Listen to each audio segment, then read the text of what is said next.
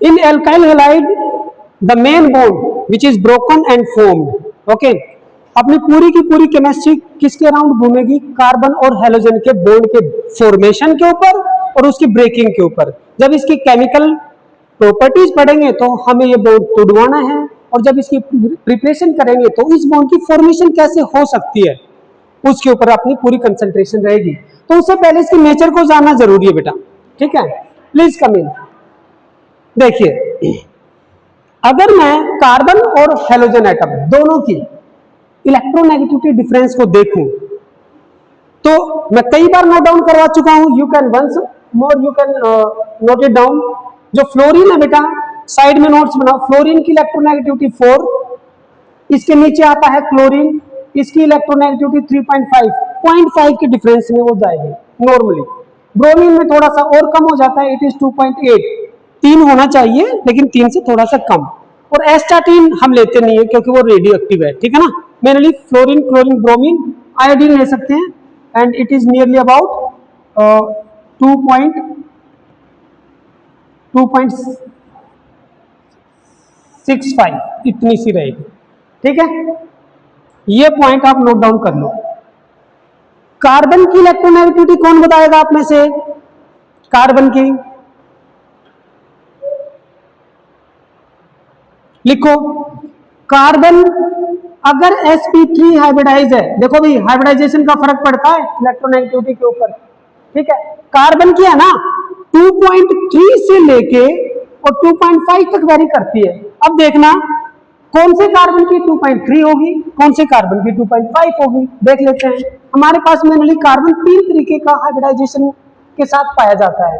या तो carbon sp3 hybridise होगा, इसके अंदर जो है ना मिनिमम होती है, तो इसकी मिनिमम रेंज क्या है? 2.3, राइट? फिर उसके बाद में कार्बन अगर sp2 हाइब्रिडाइज है तो इन दोनों के बीच की रेंज वो क्या है? That is 2.4, okay? और अगर sp हाइब्रिडाइज है तो 2.5। इस पॉइंट को नोट डाउन कर लो, 2.5, 2.4 एंड 2.3। कई बार डायरेक्टली ये क्वेश्चन भी आ जाता है, ठीक है? Arrange following carbons in their increasing order of electronegativity. Increasing पूछ सकते हैं, डिक्रीजिंग पूछ सकते हैं, किसी भी टाइप में आ जाएगा। और अगर इसकी कॉन्सेप्ट के पीछे अगर हम जाते हैं कि सर इसके अंदर इतनी क्यों और यहाँ पे इतनी क्यों, तो सेम आंसर वही रहेगा, percentage of S character. S character जितना बढ़ता जाता है, जो हमारा हाइब्रिड ऑर्बिटल होगा ना उसकी नेचर स्फेरिकल होती जाएगी, ठीक है? और एस करेक्टर जितना कम होगा तो भाई ऑब्वियसली पी ऑर्बिटल का करेक्टर बढ़ेगा, और अगर पी ऑर्बिटल वो होता है लॉन्गिट्यूडनल होता है तो स्फेरिकल में होकर लेंथियर हो जाता है, लोब उसके निकलने शुरू हो जाते हैं, ठीक है? तो लोब जितना ज्यादा लेंथियर होगा उसकी आउटर मोस्ट बाउंड्री न्यूक्लियस से उतनी दूर होगी, तो इलेक्ट्रॉन को अच्छे से नहीं खींच पाएगा। जैसे कि अगर मैं एक डायग्राम बनाने की कोशिश करूं, ठीक है? चलो एक डायग्राम ले लेते हैं यहां पर, इस चीज को समझना बेटा।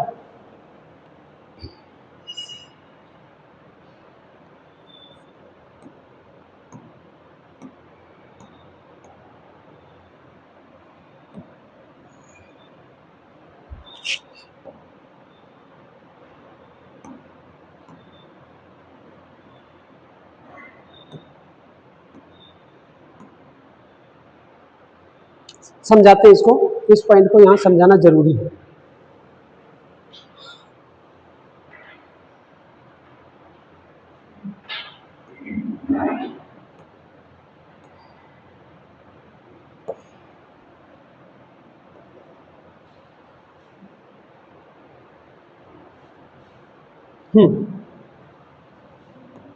देखो sp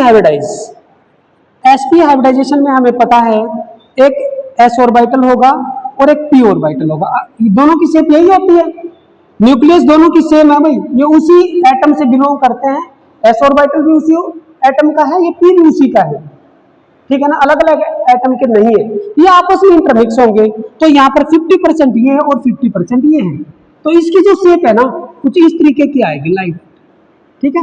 यहाँ पे न्यूक्लियस आ जाएंगे, ये पॉजिटिव पार्ट होगा, ये नेगेटिव। ये जो पॉजिटिव और नेगेटिव है फेज को बताता है, न कि चार्ज को। इलेक्ट्रॉन डेंसिटी इस न्यूक्लियस की यहाँ पर बहुत ज्यादा होती है, ये डॉट जो है ना प्रोबेबिलिटी को दिखाते हैं, और जैसे जैसे हम दूर जाते जाएंगे ये कम होती जाएगी, ठीक है। इसमें थोड़ी बहुत ही ना के बराबर इलेक्ट्रॉन डेंसिटी होगी नेगेटिव लोब के अंदर, ठीक है। चलिए अब देखो थोड़ी सी चीजों को समझना। अब मैं क्या करता हूं, अब मैं एक एस लूंगा, एक एस ऑर्बिटल है और दो पी है, दो पी कोई भी हो सकते हैं, पी एक्स भी हो सकता है, पी वाई या पी जेड, कोई भी दो पी ले लो। हमने ले लिया सर, एक ये ले लिया ऐसे और एक ये वाला ले लिया, तीनों की न्यूक्लियस कॉमन है, तीनों की न्यूक्लियस कॉमन है। अब एक चीज देखो, ये स्फेरिकल नेचर का है, अकेला है, ये लोब है, डंबल शेप के हैं, लेंथियर है, यहां पर ये जो बाउंड्री है ये वाली आउटर मोस्ट बाउंड्री इससे काफी दूर है, तो अब जो बनेगा ना उसके अंदर थोड़ा सा लेंथियर इफेक्ट आने लगेगा। ये देखो मैंने थोड़ा सा इसको लेंथ में लंबा बनाया बेटा, पिछले वाली स्लाइड में अगर आप ध्यान से देखो तो ये देखना मैंने कैसे बनाया, इसके अंदर देखो ये स्फेरिकल नेचर मैंने ज्यादा डाली है ना, लेकिन इस केस में यहां पर मैंने इसको थोड़ा सा लेंथियर बना दिया। लेंथियर अगर बनाया है तो ये जो इलेक्ट्रॉन डेंसिटी जितनी भी है, इवन ये लास्ट वाली अभी थोड़ी सी दूर हो गई है लंबा होने की वजह से। अब हम थोड़ा सा और आगे बढ़ लेते हैं, इसमें देखो एक एस और अब की बार ये तीन आ गए, पी वाले तीन आ गए, एक ये ले लेते हैं दो, और भाई एक ये आ गया, ठीक है, P X P Y P Z कोई भी ले सकते हो आप, ठीक है। अब इसके अंदर इनकी परसेंटेज ज्यादा हो गई, 75% ये 25% ये, तो अब तो जो है ना ये वाला और ज्यादा लंबा बनेगा भाई, क्योंकि अब पी करैक्टर ज्यादा आ गया है इसके अंदर, that's why now it is very far away. ये जो आउटर मोस्ट बाउंड्री है यहाँ पर जो इलेक्ट्रॉन होंगे उनको न्यूक्लियस ये नहीं खींच पाएगी अपनी तरफ इतना ज्यादा, ओके। तो मैं यहां पर ये कंक्लूड कर सकता हूं जो मेरा sp हाइब्रिड ऑर्बिटल बनेगा उसके अंदर स्फेरिकल नेचर थोड़ी सी ज्यादा, sp2 जितने भी बनेंगे तीन बनते हैं उसके अंदर स्फेरिकल नेचर थोड़ी सी कम हो गई, ठीक है। और उसके बाद में sp3 हाइब्रिड ऑर्बिटल जो बनेगा उसके अंदर स्फेरिकल नेचर और कम हो गई।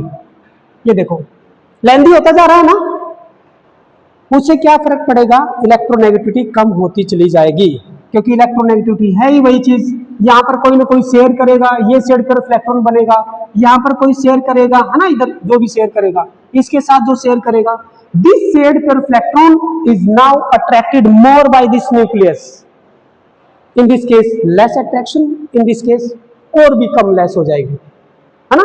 यही होती है ना electronegativity, tendency to attract shared pair of electron. अब इसमें आप क्या नोट डाउन करोगे, मैं बताता हूं, इसमें आप नोट डाउन करोगे, ये लिखिए, why the order of electronegativity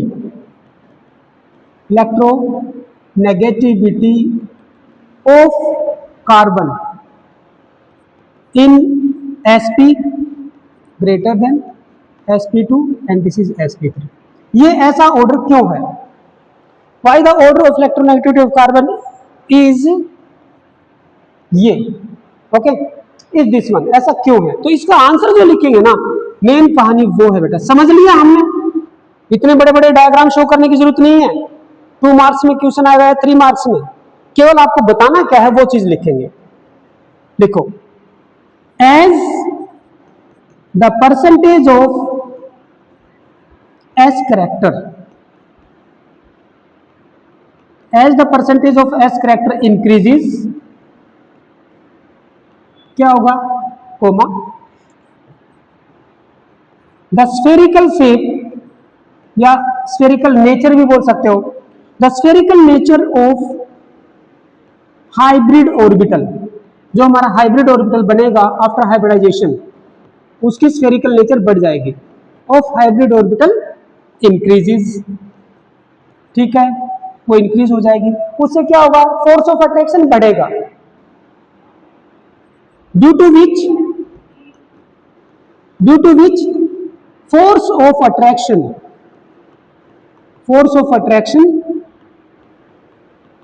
किसके बीच में, between nucleus and shared pair of electron, due to which the force of attraction between nucleus and shared pair of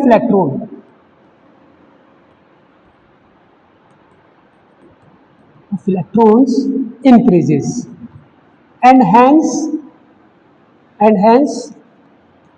electronegativity increases. Please note it down.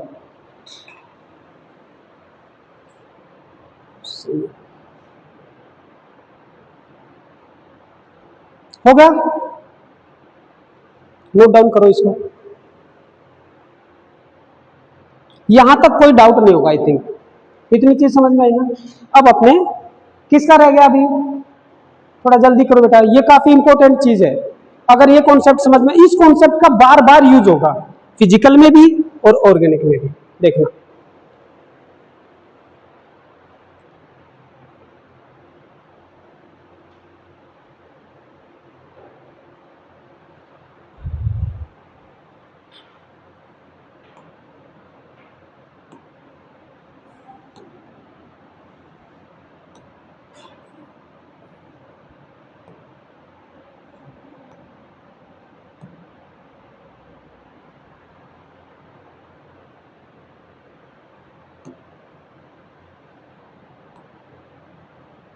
यहां पर थे हम.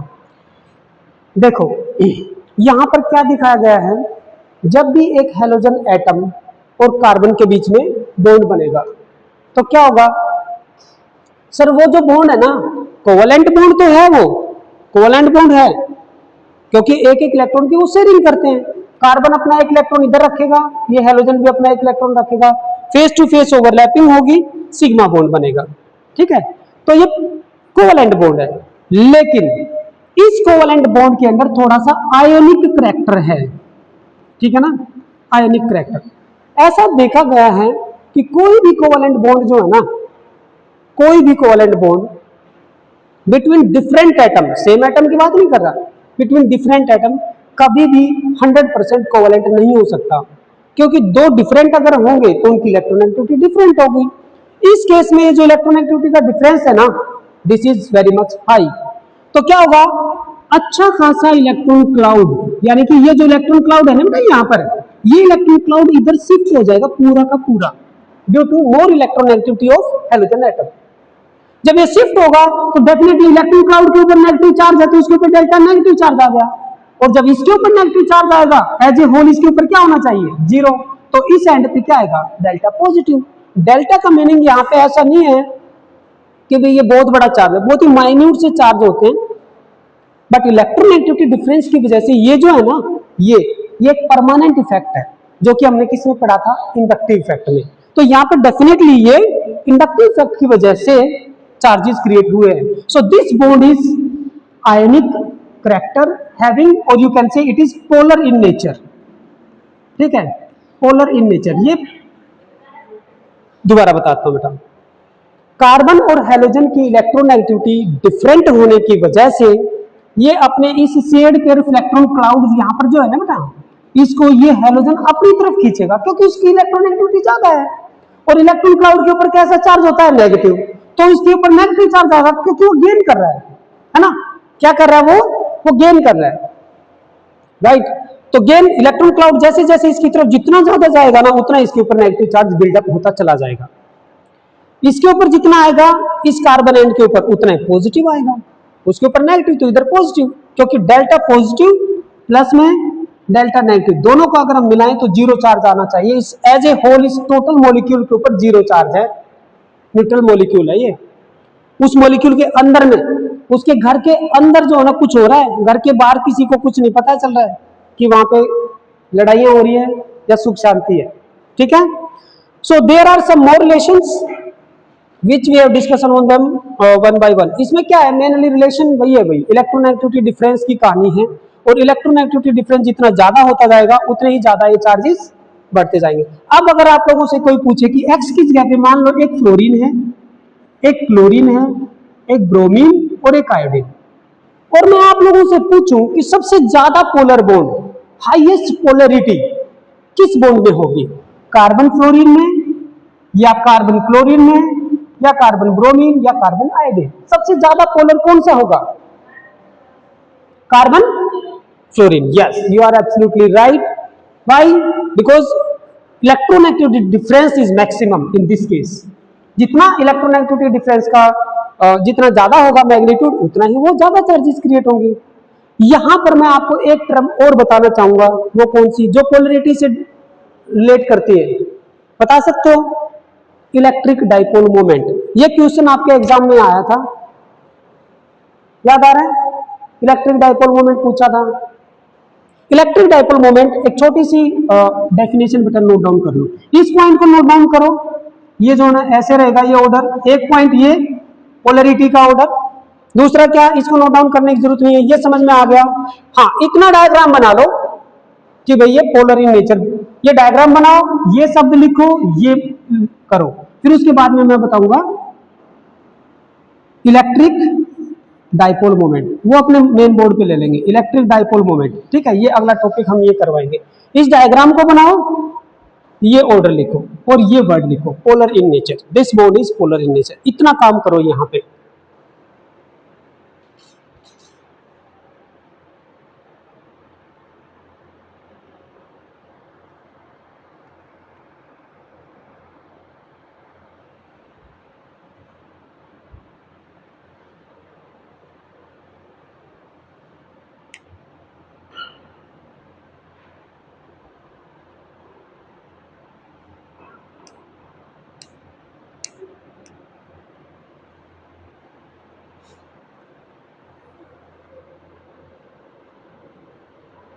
समझ में आ रहा है?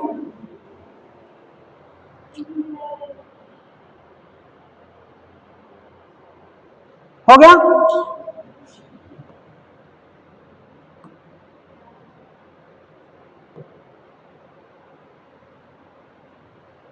ये मिनिमाइज का ऑप्शन नहीं है इसमें कि यहीं पे मिनिमाइज हो जाए।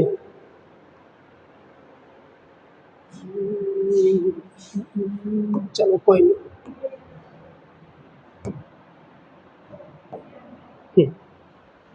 चलो बेटा, next topic is electric dipole moment. ये बॉन्ड हम कंसीडर कर रहे थे, इसके ऊपर था डेल्टा पॉजिटिव और यहाँ पे डेल्टा नेगेटिव, कोई भी चार्ज है ये, ठीक है? तो चलिए, इलेक्ट्रिक डाइपोल मोमेंट को हम म्यू से डिनोट करते हैं, म्यू से बोला जाता है इसको, and mathematically mu is equal to one of the charge, क्योंकि चार्ज दोनों इक्वल हैं, यहाँ पे साइन नहीं लिया जाएगा कि कौन सा चार्ज ले, प्लस या माइनस, केवल मैग्नीट्यूड लेना है। One of the charge and distance of separation between them, this is small L. इन दोनों के बीच में, मान लो इस चार्ज का सेंटर पॉइंट ये है, इस चार्ज का सेंटर पॉइंट ये है, और दोनों के बीच की डिस्टेंस कितनी है? एल है, राइट? तो Q इंटू एल क्या हो जाएगा? डाइपोल मोमेंट हो जाएगा। इसकी SI यूनिट क्या होगी बेटा? SI यूनिट बताइए, SI यूनिट क्या होनी चाहिए? चार्ज की यूनिट क्या होती है? आपकी इलेक्ट्रोस्टैटिक कंप्लीट हो चुकी है, कूलम होती है ना? कूलम होती है, कूलम हो गई। लेंथ की क्या होती है? मीटर, तो कूलम मीटर, इसकी क्या है? कूलम मीटर, इसकी SI यूनिट होगी, ओके? लेकिन एक कूलम चार्ज जो है बहुत बड़ा चार्ज है, इतना छोटा चार्ज नहीं है अगर आप देखो तो, ठीक है? तो नॉर्मली क्या, और इसकी इलेक्ट्रिक डाइपोल मोमेंट की वैल्यू बहुत कम होती है, तो क्या किया जाता है, ये तो ले लिया कूलम में, ठीक है? मीटर को जब सेंटीमीटर में लेते हैं ना, मीटर को जब सेंटीमीटर में लेते हैं तो इसको 1 dB बोला जाता है। इलेक्ट्रिक डाइपोल मोमेंट की कॉमन यूनिट है ये, dB, okay? DEBYE, this is a unit of electric dipole moment in common system. Commonly हम इसको यूज करते हैं, जैसे कहीं आपको मिलेगा 2.5 dB, 2.4 dB electric dipole moment, तो आप ये सोचोगे ये dB कहां से आ गया, है ना? ये तो dB से मिलता जुलता है, तो एक्चुअल में ये इलेक्ट्रिक डाइपोल मोमेंट की स्मॉलर यूनिट है, dB बेटा इसकी ये यूनिट है, इसी को बोला जाएगा कूलम सेंटीमीटर को ना dB बोला जाता है। जैसे 1 कूलम सेंटीमीटर, चार्ज 1 कूलम हो और लेंथ बिटवीन देम 1 सेंटीमीटर होगा, या तो आप ये बोल लो या फिर इसको ये भी बोला जा सकता है। So it is just introductory part, you must know, कहीं पर भी पूछा जा सकता है, इसको नोट डाउन कर लो फटाफट। डायरेक्टली इसको ऐसे ही बोलेंगे, electric dipole moment is equal to product of one of the charges and distance of separation between them. ठीक है, वन ऑफ द चार्जेस जो उस डाइपोल में है, ये यहाँ पे एक डाइपोल बन रहा है, ये डेल्टा पॉजिटिव, दो एंड बन गए, दो पोल बन गए, एक पॉजिटिव पोल है और एक negative pole, it is a dipole. ठीक है, ये चार्ज डाइपोल है, हमारे नॉर्थ पोल और साउथ पोल नहीं है, ये चार्ज का डाइपोल है, यानी कि एक ऐसा मॉलिक्यूल जिसके अंदर दो एंड है, एक एंड के ऊपर पॉजिटिव चार्ज है और दूसरे एंड के ऊपर नेगेटिव चार्ज। ठीक है, that's why it is a dipole. और इस डाइपोल के अंदर चार्ज है separated by some distance L है, तो उस क्वांटिटी को क्वांटाइज किया गया, कॉइंड किया गया, that is known as electric dipole moment. Note down कर लो इसको, इसकी यूनिट क्या होती है। यहां पर एक पॉइंट और करो बेटा, काफी इंपॉर्टेंट है, इसकी डायरेक्शन के बारे में। It is a vector quantity, it is a vector quantity, और इसकी जो डायरेक्शन होगी वो पॉजिटिव एंड से नेगेटिव एंड की तरफ होगी, याद रखना, पॉजिटिव एंड से नेगेटिव एंड की तरफ होगी, positive to negative direction. It is a vector quantity.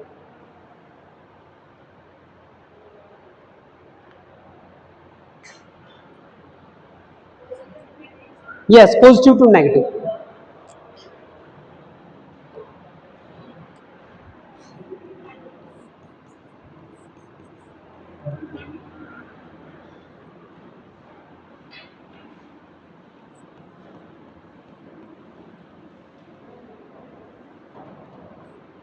इन दोनों मॉलिक्यूल में किसके अंदर इलेक्ट्रिक डाइपोल मोमेंट ज्यादा होगी, क्या बता सकते हो?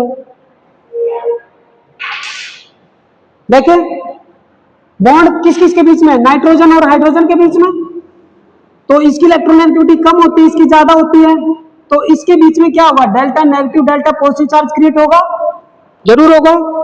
तो ये जो डाइपोल मोमेंट है ये इस डायरेक्शन में चली जाएगी, ये मान लो μ1, ठीक है, पॉजिटिव टू नेगेटिव, मैंने इस डायरेक्शन में उसको भेज दिया, जा रही है उस डायरेक्शन में, इलेक्ट्रिक डाइपोल मोमेंट क्रिएट हो गई इस डाइपोल के बीच में, मैंने इसकी डायरेक्शन ऐसी शो कर दी, right.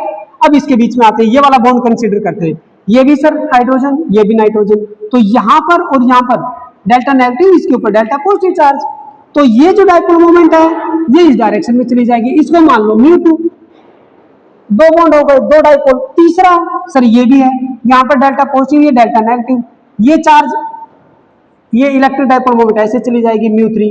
What about this electron cloud, electron cloud के बारे में क्या ख्याल है आपका, नहीं है समझ में?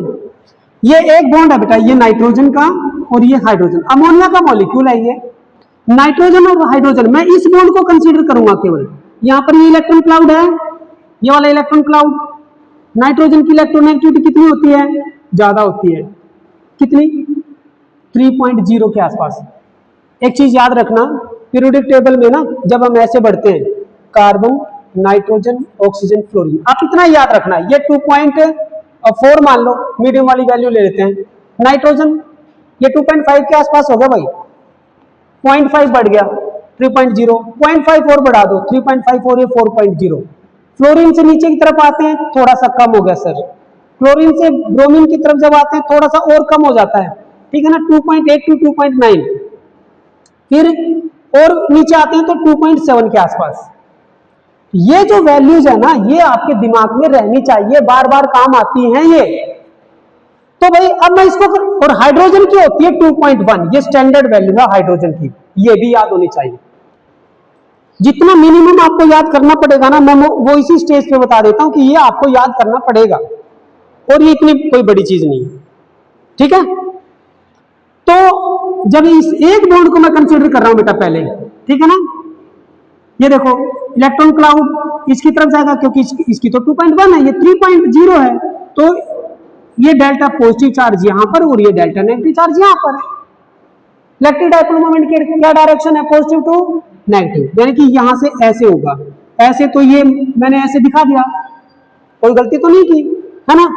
तो ये इलेक्ट्रिक डाइपोल मोमेंट मैं μ1 मान लेता हूं, पहले केस की मैंने μ1 मान ली। एक बॉन्ड और है, इसकी ऐसे चली गई μ2, एक बॉन्ड और है इसकी ऐसे। अब बच गया नाइट्रोजन और ये इलेक्ट्रॉन क्लाउड। ये चीज और समझ लो, स्पेस के अंदर कोई एंटिटी नहीं है, कोई एटम नहीं है, लेकिन भाई स्पेस के अंदर वो इलेक्ट्रॉन क्लाउड तो है, उसके ऊपर खुद का नेगेटिव चार्ज होता है। एक तो प्योर इलेक्ट्रॉन क्लाउड और एक ये एटम। तो इसके कंपैरिजन में तो ये वाला एंड क्या होगा, नेगेटिव होगा। यानी कि नाइट्रोजन से जब मैं इलेक्ट्रॉन क्लाउड की तरफ जाता हूं तो इट इज नेगेटिव, क्योंकि प्योर इलेक्ट्रॉन क्लाउड है। ये इसके कंपैरिजन में क्या होगा, सम पॉजिटिव। तो ये इसकी डाइपोल मोमेंट किधर जाएगी, ऐसे। तो अब मुझे बताओ, अगर मैं इसको μ4 मान लूं, μ1 μ2 सारे ऊपर की तरफ, ये वाला बेटा देखो मैं फिर बनाता हूं। अमोनिया के 3 बॉन्ड हैं, एक ये पीछे की तरफ गया, ठीक है, और ये एक आगे की तरफ आ गया। ऐसे होता है ना पिरामिडल शेप, और ये ऊपर की तरफ ऐसे होता है, ठीक है। ये और ये तो सारे एक प्लेन में है, ये अंदर की तरफ है थोड़ा सा और ये बाहर की तरफ ऐसे, ठीक है। मैंने इस बॉन्ड को कंसीडर किया, यहां पर डेल्टा नेगेटिव और ये डेल्टा पॉजिटिव, तो ये डाइपोल मोमेंट ये आई, इस डायरेक्शन में गई। तो मैं इसको ऐसे शो कर रहा हूं। मैं केवल ये दिखाना चाहूंगा यहां पर कि की सारी डाइपोल मोमेंट ऊपर की तरफ जा रही है, तो एड ऑन हो जाएंगी, ऐड होंगी, कोई सब्ट्रैक्ट नहीं करेगी। बस मैं इतना शो करना चाहता हूं।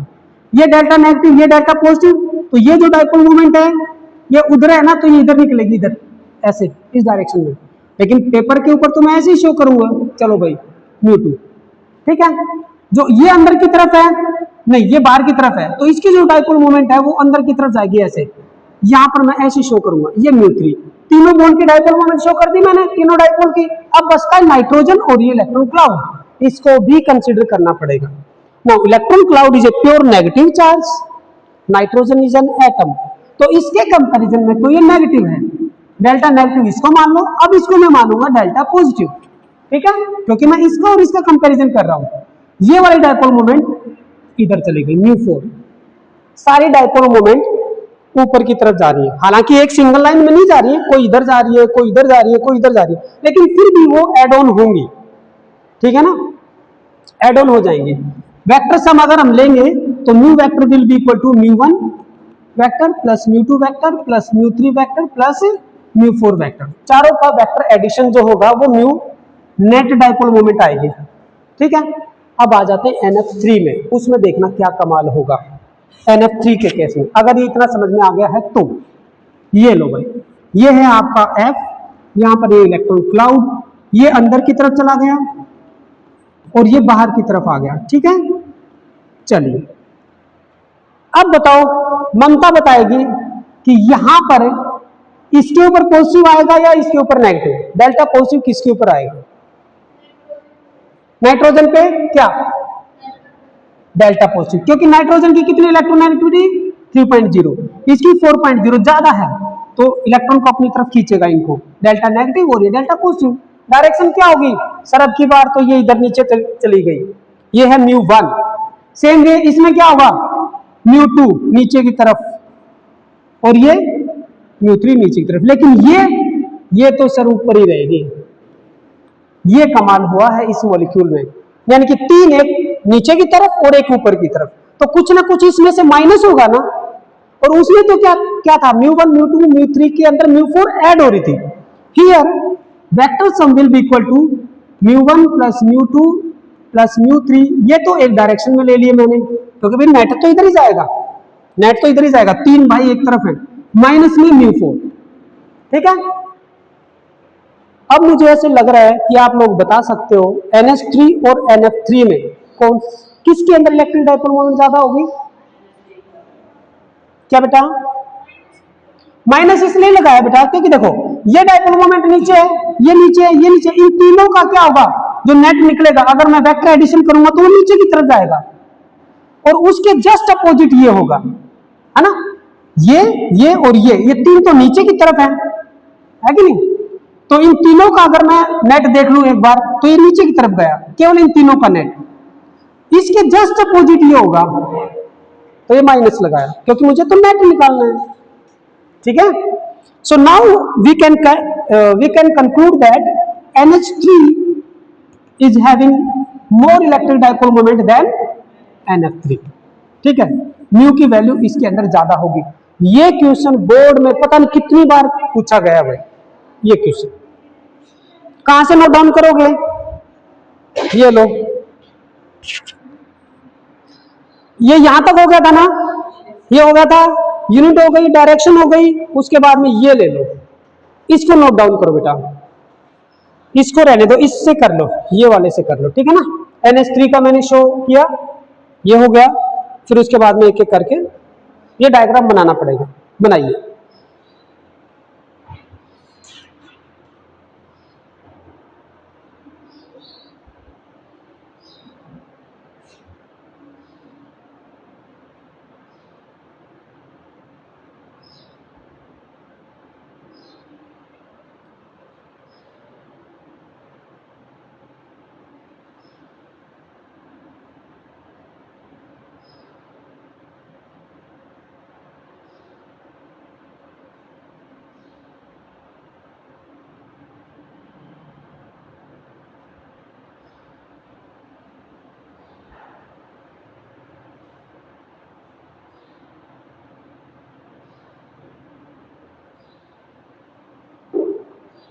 भावना अगर दिखाई नहीं दे रहा है तो आप इधर बैठ सकते हो।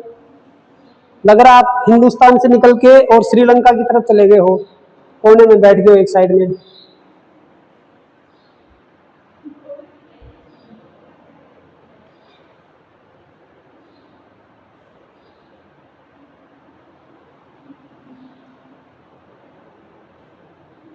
ओके बेटा, कोई ऐसा बच्चा है जिसके समझ में ना आया हो? हाउ वी कैन कंपेयर, कैसे हम इलेक्ट्रिक डाइपोल मोमेंट को शो कर सकते हैं, कैसे जनरेट करेंगे? इलेक्ट्रोनेगेटिविटी याद नहीं हुई हो तो बता दो, याद हो गई होगी आई थिंक। कितना आसान है, 0.5 थोड़ा सा कम करते जाओ, बस हो जाएगा। चलिए नेक्स्ट, ये वाला हो गया, ये और नोट डाउन कर लो बेटा, इसको और बना लो फटाफट।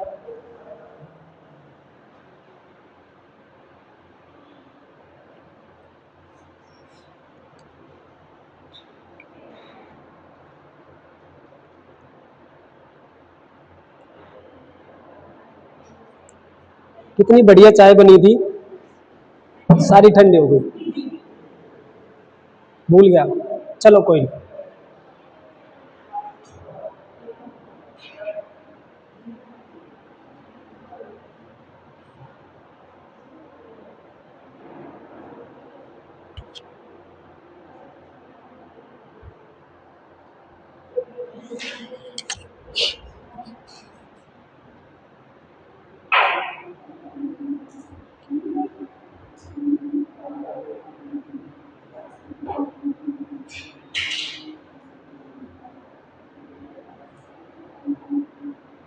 हो गया,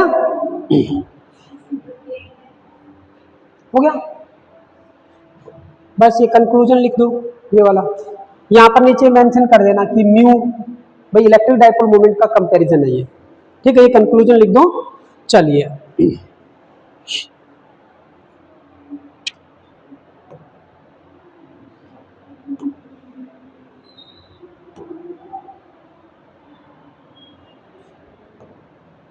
किसी को ब्रेक चाहिए?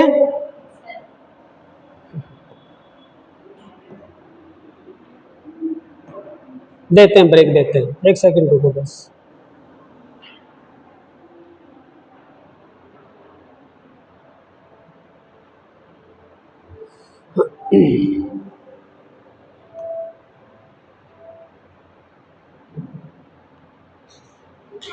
इसको डिस्कस कर लिया था। देखो इसको थोड़ा सा ज्यादा मुश्किल नहीं है। जो बॉन्ड की जो स्ट्रेंथ होगी कार्बन और हेलोजन की, पता है भाई बॉन्ड लेंथ अगर ज्यादा होगी, एक बात बताओ, एक एटम यहां पर है और एक एटम यहां पर, अगर पास में होंगे बॉन्ड लेंथ कम होगी तो उतना स्ट्रॉन्ग बॉन्ड होता है, और एक इतनी दूर हो तो बॉन्ड उतना ही लचीला होता है, थोड़ा टूट सकता है आसानी से। तो बॉन्ड की strength inversely proportional to bond length, ये कॉमन सेंस की बात है, इसको नोट डाउन कर लो, ठीक है। और बॉन्ड लेंथ किसके ऊपर डिपेंड करती है भाई? मेरा फ्लोरीन जो है ना बिल्कुल छोटा सा एटम है, ये फ्लोरीन, और ये मान लो कार्बन, ठीक है। एक काम करो, अगर मैं कंपेयर करूं ये कार्बन और ये फ्लोरीन, ठीक है, फिर दूसरा कार्बन, ये क्लोरीन, फिर दूसरा तीसरे में कार्बन और फिर ये bromine. Centre to centre distance देखना भाई, ऊपर से नीचे जब हम जाते हैं यही तो होती है बॉन्ड लेंथ। एक मॉलिक्यूल, एक डायटोमिक मॉलिक्यूल, अगर मैं उसकी बॉन्ड लेंथ की बात करूं, इस एटम की न्यूक्लियस और इस एटम की न्यूक्लियस दोनों के बीच में जो डिस्टेंस होती है ना, distance between the two nuclei of a molecule is known as bond length. ये फ्लोरीन है, फ्लोरीन का साइज इससे इसके नीचे आता है, बड़ा होगा, मैंने बड़ा इसमें शो किया है। और ये ब्रोमीन, तो देखो साइज बढ़ता गया है, ये बॉन्ड लेंथ भी बढ़ती जा रही है। तो बताओ कार्बन फ्लोरीन का बॉन्ड ज्यादा स्ट्रॉन्ग होगा या कार्बन आयोडीन का?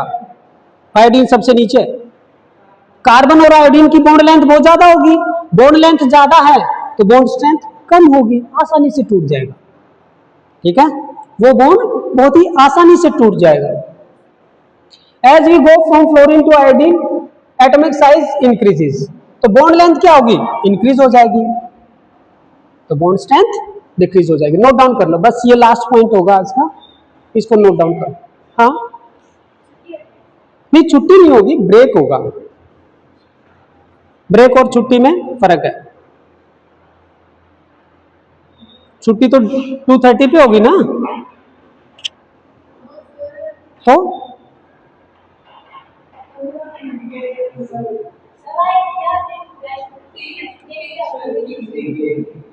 स्कूल से छुट्टी की बात कर रहा हूं, मेरे से छुट्टी तो आपको पता नहीं कब मिलेगी, अननोन है। नोट डाउन कर लो, नोट डाउन करो, हो गया। दो चीज, एक सेकंड, बॉन्ड स्ट्रेंथ जो है ना बॉन्ड लेंथ के ऊपर डिपेंड करती है, पहला फैक्टर, और दूसरा है बॉन्ड की पोलरिटी। इलेक्ट्रिक डायपोल मोमेंट जितनी ज्यादा बढ़ती जाएगी बॉन्ड की पोलरिटी उतनी बढ़ेगी, बॉन्ड पोलरिटी वही तो है। तो इसके अकॉर्डिंग तो कार्बन और फ्लोरीन का बॉन्ड ज्यादा स्ट्रॉन्ग होना चाहिए, है ना। ये दो फैक्टर हैं भाई, नोट डाउन हो गए। तो नेट इफेक्ट क्या है, देखो बॉन्ड पोलरिटी पता है हमें, ये पूरा पॉइंट हम डिस्कस कर चुके हैं। इलेक्ट्रोनेगेटिविटी डिफरेंस जितना ज्यादा होगा इलेक्ट्रिक डायपोल मोमेंट उतनी ज्यादा होगी, है ना। बताने की जरूरत है इसमें कुछ? बताइए। बॉन्ड पोलरिटी यानी कि electric dipole moment is directly proportional to electronegativity difference. Electronegativity difference, electronegativity of halogen minus में जो वो एटम है, कार्बन एटम है इसके केस में।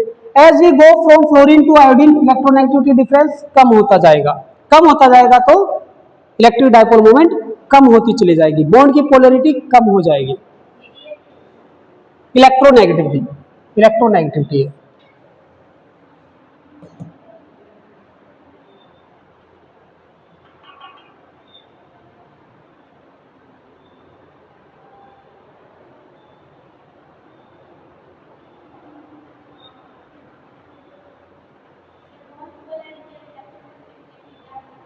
बॉन्ड पोलरिटी का मतलब ये है कि वो बॉन्ड कितना पोलर नेचर का हो रहा है ना, पोलरिटी उसमें कितनी आई। डेल्टा पॉजिटिव और डेल्टा नेगेटिव चार्ज जो क्रिएट हो रहे हैं वो ज्यादा अमाउंट में हो रहे हैं, कम अमाउंट में? ज्यादा अमाउंट में होंगे तो बॉन्ड ज्यादा पोलर नेचर का है, आयोनिक नेचर का है, आप ये भी बोल सकते हो। तो यहाँ पे यही चीज बताई गई है, bond polarity is directly proportional to electronegativity difference. दोनों के बीच में जितना इलेक्ट्रोनेगेटिविटी डिफरेंस ज्यादा होगा उतनी बढ़ती चली जाएगी, ऑब्वियसली बढ़ेगी भाई, क्योंकि म्यू किसके ऊपर डिपेंड करती है? चार्ज और लेंथ। तो आपका चार्ज बढ़ेगा, इलेक्ट्रोनेगेटिविटी डिफरेंस अगर बढ़ेगा तो चार्ज, अगर बढ़ेगा तो म्यू बढ़ेगा। यही इसमें चीज बताई गई है। कंक्लूजन ये है भाई, नोट डाउन कर लो। एज ए कॉन्सिक्वेंस दोनों फैक्टर मैंने बताए, बॉन्ड लेंथ वाला भी और बॉन्ड पोलरिटी वाला भी, उन दोनों के कॉन्सिक्वेंस का ये निकलता है आरसीएल जो बॉन्ड होगा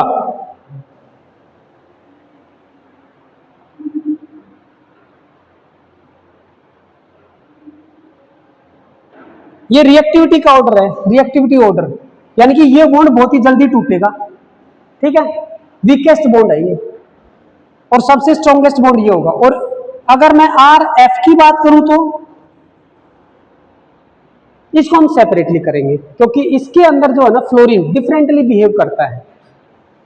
ये थोड़ा सा डिफरेंटली बिहेव करता है, तो कंपैरिजन हम इन तीनों का ही करते हैं इसके अंदर, ठीक है।